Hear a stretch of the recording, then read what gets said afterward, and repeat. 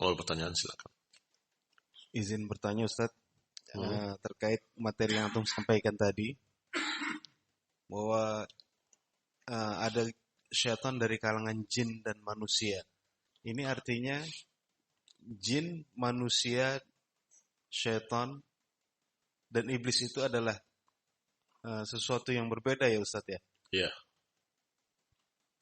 Dan berarti artinya ada syaitan juga yang berusaha membujuk jin agar dia tersesat dari jalan Allah. Demikian Ustaz ya. ya. Jadi barakallahu fikum. Sesungguhnya hanya ada dua makhluk, jin dan manusia, yang dijuluki dalam Al-Quran dengan ats-tsaqalaini, dua yang berat. Karena dua-duanya diperintahkan untuk beribadah pada Allah SWT. Sedangkan binatang-binatang dan sebagainya tidak terkena taklif, tidak terkena beban ibadah. Tapi dua makhluk ini terkena beban ibadah. Manusia dimulai dari Adam. Dan turunannya ada yang muslim, ada yang kafir. Demikian pula iblis salah satu dari kalangan jin. Dalilnya adalah dalam surat Al-Kahfi. Aba wastakbara wa kana minal jinni fafasaqa an amri rabbih. Disebutkan kana minal jinni fafasaqa an amri rabbih. Iblis itu dari kalangan jin, kemudian dia berpaling dari perintah Allah Ta'ala. Maka syaitan adalah iblis dan anak buahnya dari kalangan jin. Iblis dan anak buahnya dari kalangan manusia. Manusia dan jin yang sudah di-training oleh iblis, sudah menjadi tadi sifat-sifat syaitannya sudah ada pada dia. Menipu, merencanakan orang agar sesat, menjebak manusia agar melakukan dosa segala macam. Itu sudah jadi syaitan berarti. Maka manusia yang seperti itu dikatakan syaitan, jin yang seperti itu juga dikatakan syaitan. Kalau iblis adalah satu dari kalangan jin, satu yang diminta atau diizinkan ditunda kematiannya sampai hari kiamat.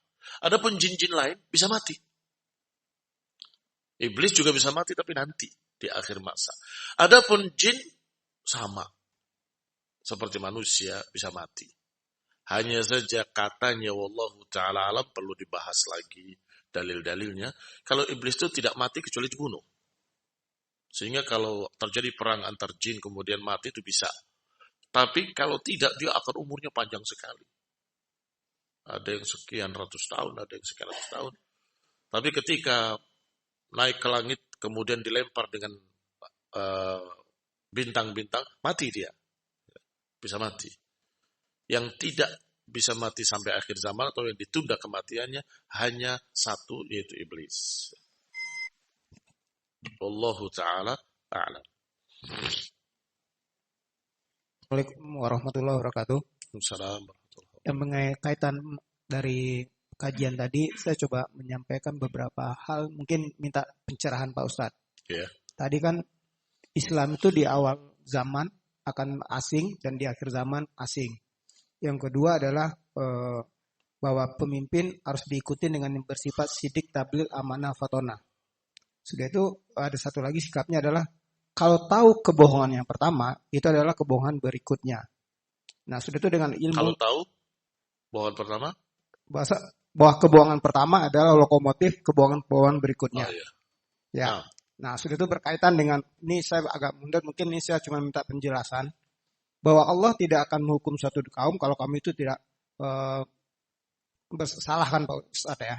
Salah satunya gini, bahwa Allah akan menurunkan manusia itu untuk menjadi khalifah di muka bumi ini. Tapi dengan kejadian yang lalu, itu asal pemikiran saya mungkin ya yang saya dapat adalah bahwa COVID itu kan nggak mungkin semua dunia ini akan dikasih penyakit sama Allah. Sudah itu ada dalil-dalil menyatakan kalau ada wabah, kamu jangan ada di sana. Kan itu ada juga sarinya kan Pak Ustadz. Tapi dengan kita yakin, kalau kita meyakinkan, kalau kita tahu ilmunya, maksudnya kita yakin bahwa hal itu nggak mungkin kejadian ke semua orang. Tapi kita menyelisihin di akhir zaman, lebih menyelisihin gitu loh. Contoh saya kemarin yang kasus COVID kemarin Pak Ustadz. Ya kan ada bilang kita harus ikhtiar pakai masker. Dengan ada menyatakan wabah. Sudah itu tanpa kita sadarin, kalau menurut saya tanpa kita sadarin, kan nggak mungkin alam ini kotor kan Pak Ustadz. Sedangkan hukumnya hukumnya dari virus adalah kalau dikena panas mati udah. Tiba-tiba kita di braining sedemikian rupa pemikiran kita, tahu kita dengan semuanya akhirnya kita melakukan pemakaian masker. Sudah itu yang lain ada menyampaikan itu kan sebuah ikhtiar. Tapi kalau udah tahu prinsipnya, kalau saya bilang dengan jima itu ada di tempatnya dan di wadahnya itu sekian sel. Sedangkan itu terjadi mungkin yang bisa jadi 1 atau 2 aja. Sedangkan virus itu kan itu panas gitu loh. Nah ini dengan ilmu yang saya pahamin yang terbatas, mungkin pencerahan, tapi kita harus menyelisihin gitu. Kira-kira itu Pak Ustadz. Terima kasih. Wassalamualaikum warahmatullahi wabarakatuh. Assalamualaikum. Menyelisih apa maksudnya? Ya maksudnya kita nggak melakukan apa yang diingin karena takut apa? Saya bilang persangka alam ini nggak ada penyakit kok gitu loh. Karena alam ini segar. Nah mungkin hukum semua umat kan gitu Pak. Karena apa? Obat yang dikasih satu obat untuk semua penyakit dan semua negara, semua kondisi. Padahal itu kalau obat itu sakit kepala ada, sakit perut ada itu. Tapi tadi ada salah satu namanya obat untuk semua dunia. Itu yang harus saya selisihin. Wassalamualaikum warahmatullahi wabarakatuh. Wassalamualaikum warahmatullahi wabarakatuh. Jadi apa pertanyaannya? Barakallahu fiikum. Masalah ketaatan pada pemimpin pada perkara yang mubah itu harus. Kalau perkara itu mubah, pakai masker tidak apa-apa. Kita stay at home juga bagus-bagus aja. Bahkan akhirnya banyak yang hamil, banyak anak. Hikmah itu. Apalagi kehati-hatian juga boleh. Nabi SAW menyatakan firru minal madzlum firaraka minal asad. Larilah engkau dari orang yang berpenyakit seperti larinya engkau dari singa. Disuruh untuk menghindar. Berarti kita harus jaga jarak. Fir minal madzlum. Jauhilah orang yang terkena penyakit seperti engkau menghindar dari asad, dari singa. Barakallahu fiikum. Adapun hadis tentang wabah disebutkan bahwa siapa yang ada di dalamnya jangan keluar dan siapa yang di luar jangan masuk. Nah, selebihnya wallahu taala alam, kita nggak tahu hakikatnya. Apa yang kita tidak tahu, sebaiknya diam. Katanya wallahu alam. Itu katanya direncanakan ya wallahu taala alam. Yang jelas penyakitnya ada. Saya kena, tetangga juga sampai meninggal. Berarti penyakitnya ada kan? Ya sudah, kita hindari. Itu mungkin dibikin Ustaz. Ya mungkin, tapi saya nggak tahu. Masa memastikan? Ya sudah, wallahu alam saja. Apa yang kita tidak tahu, wallahu alam.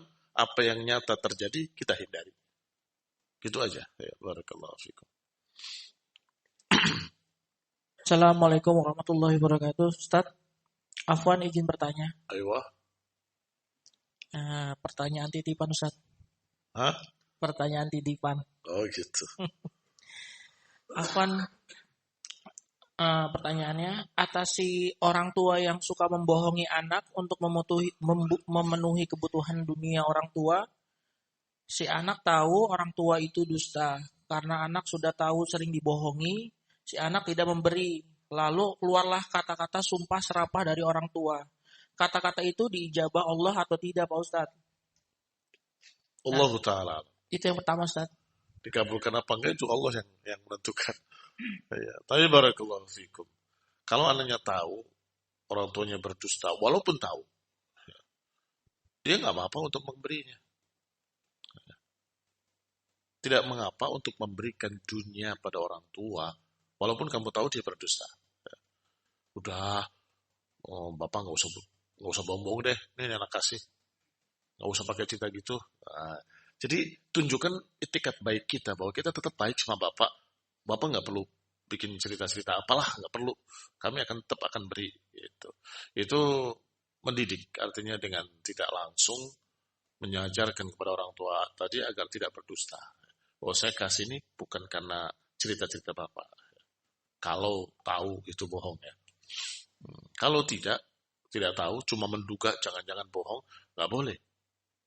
Percaya aja lah. Percaya aja artinya kita hukumi secara dohir. Dohirnya dia cerita seperti itu, kita percaya. Udah. Kalau dia bohong, urusan dia dengan orang tua. Dan itu jawaban pertanyaan Apakah pengemis di jalan perlu kita kasih? Para ulama menyatakan, dohirnya dia meminta-minta, dohirnya dia miskin, kasih. Kalau ternyata dia dusta, urusan dia dengan Allah, kamu tetap dapat pahala sedekah. Kamu tetap dapat pahala sedekah. Mungkin dia pura-pura, ya mungkin pura-pura, mungkin enggak, tapi itu urusan dia dengan Allah. Saya lihat dohirnya, saya percaya, saya beri, dan saya dapat pahala. Begitu aja, apalagi sama orang tua kan. Nah, wallahu ta'ala a'lam bissawab. Satu lagi Ustaz. Nah, Disebutkan bahwa setan mengganggu manusia melalui depan, belakang, kanan, kiri. Mengapa tidak melalui atas Ustaz? Itu pertanyaan titipan selanjutnya. Jazakallah khair. Pertanyaan yang bagus dan jawabannya juga ada bahkan dari salaf. Mengapa disebutkan dalam Al-Quran? Di tafsir itu tadi. Hanya ban belakang, kiri dan kanan. Kenapa tidak dari atas? Karena Allah Subhanahu wa taala di atas dan syaitan tidak berani.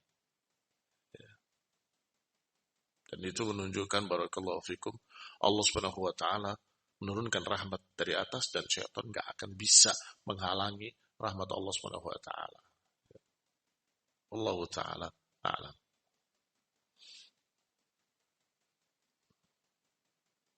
Nah, ada lagi? Jazakumullahu khairah. Naktafi bihadzal qadar. Subhanakallahumma bihamdik asyhadu an la ilaha illa anta astaghfiruka wa atubu ilaik. Wassalamualaikum warahmatullahi wabarakatuh. Waalaikumsalam warahmatullahi wabarakatuh. Jazakallahu khairan Ustaz atas faedah yang telah disampaikan pada kesempatan pagi hari ini. Semoga bisa menjadi pemberat timbangan amal kita di akhirat kelak. Wassalamualaikum warahmatullahi wabarakatuh. Untuk sesi berikutnya, silahkan menyantap hidangan sarapan yang telah disiapkan. Barakallahu fikum. Terdengar suara tanpa rupa.